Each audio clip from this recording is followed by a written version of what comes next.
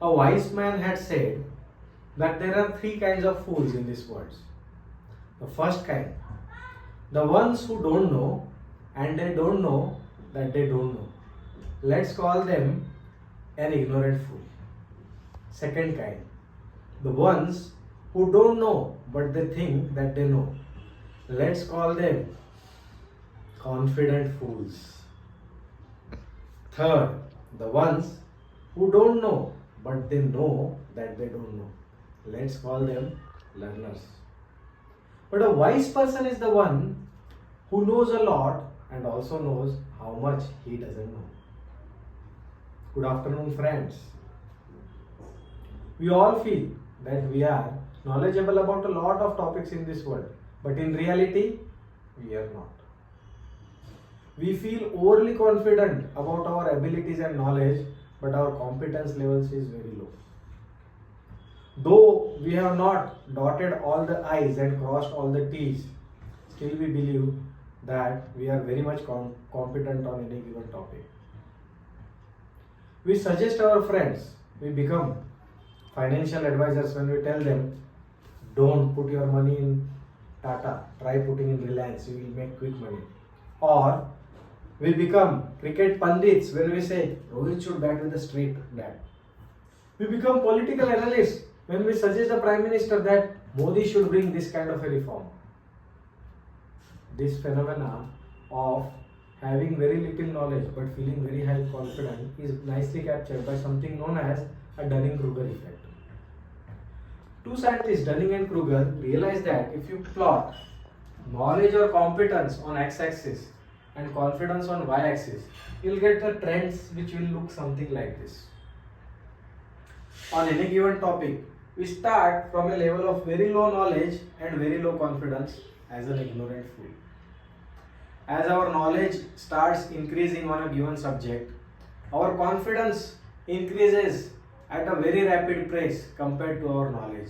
And soon we reach what is known as the peak of Mount Stupid and raise the flag of being a confident fool from that location. Here, our knowledge or our confidence is way higher than the level of knowledge we have.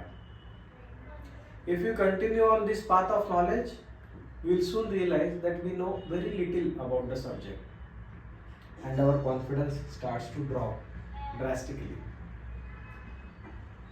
After some time, we will reach a value of despair where our confidence is very low and we have some knowledge on the topic. This is a crucial juncture because at this point, either we might give up on the quest for knowledge or may continue as a learner on the path of knowledge. And if we do continue, after some time, after repeated practice and after so many more years, we might attain the real peak of knowledge, the peak of Mount Wisdom. At this peak, our knowledge is full and our arrogance is less. We develop confident humility. Let me give you an example of my kid. My elder kid was not at all interested in cricket about 2 years back. For him, cricket just means connecting bat to the ball before the ball connects the stumps. He was having very low level of knowledge on cricket and his confidence on talking about cricket was obviously low. So he was kind of an ignorant about the game. However, as soon as the IPL season picked up and people started discussing about the cricket, even at my kid's school, his friends started discussing cricket and he got interested. He used to watch each and every match on television. He started understanding what is cricket all about and his level of confidence started increasing rapidly, not as fast as the level of knowledge on the topic. Soon he was reaching the peak of Mount Stupid and he was in a position to discuss debate on anything and everything related to cricket. He used to challenge umpire's decision. One fine day, he was watching a cricket match and he told me, Papa, this umpire is a cheat. I said, why beta?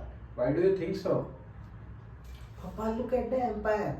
Even the ball has not hit the wickets. It has just hit the batsman's pad and he has given the batsman out.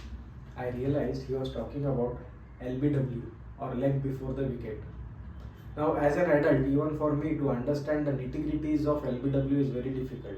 But I tried to convince my kid that in some cases, if the ball hits the pad, the batsman can still be given out. But my kid was not convinced. At other times, he would suggest the batsman on how to bat and to the bowler on how to bowl. He used to get up, jump from his sofa and shout, "Catch it!" if he see that the ball is flying in the air, and would be disappointed if the fielder dropped the ball. I used to tell him that the catch was difficult, but he won't understand that. For him, like his cartoon superheroes, even the fielders can fly in air and catch those difficult catches. I realized my kid was in the danger zone of the peak of Mount Stupid, and I have to do something about it. So I took him to the cricket coaching academy. At the academy, he had to toil and sweat to get a single run or to save a single run. He started realizing cricket is a difficult game. He realized that as a batsman, it was not sufficient to connect the bat with the ball, but also necessary to time it well. As a bowler, he realized the importance of the line length and the speed of the delivery. As a fielder, he understood that the catches that appear very easy on television are in fact very difficult. As a fielder, he understood the importance of focus, flexibility, and judgment while taking those catches. Soon his confidence about cricket started to drop, and he was going into the valley of despair. One fine day he told me, "Papa, cricket is not for me." Now I realized he was lying here. I suggested to him, "Beta, you play cricket or any other game. All the games will look tough. However, if you want to gain mastery over the game, you need to practice, practice and practice. And you need to compete, not with others, but yourself. Otherwise, just enjoy the game as any other game." With this advice, my kid was rejuvenated and went back to the field and played cricket happily. Friends, in today's world, when the phones are becoming smart and the users are becoming dumb, when Facebook, Twitter, WhatsApp and Instagram get more visits than a bookstore or a library, you'll find lot of armchair experts lying at the peak of Mount Stupid. However, on any given day, I would prefer, and I would urge you also to prefer, lying in the valley of despair and become a humble learner rather than at the peak of Mount Stupid and become a confident fool. Knowing how much we don't know is usually the first step towards the journey of knowing more. It is said that it is the empty vessel that can be filled, not the one which is already filled. At this juncture, you should all ask yourself one important question.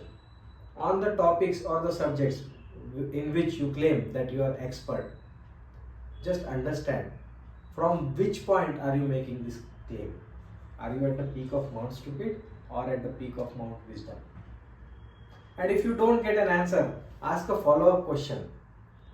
Is the knowledge that you are gaining on the subject making you more arrogant, or is it making you more humble? Once you ask this question, you will get your answer. I hope now you all understand the Dunning Kruger effect and the importance of gaining knowledge completely before being overly confident about it. Always strive to reach the peak of Mount Wisdom rather than stop at the peak of Mount Stupid. Thank you.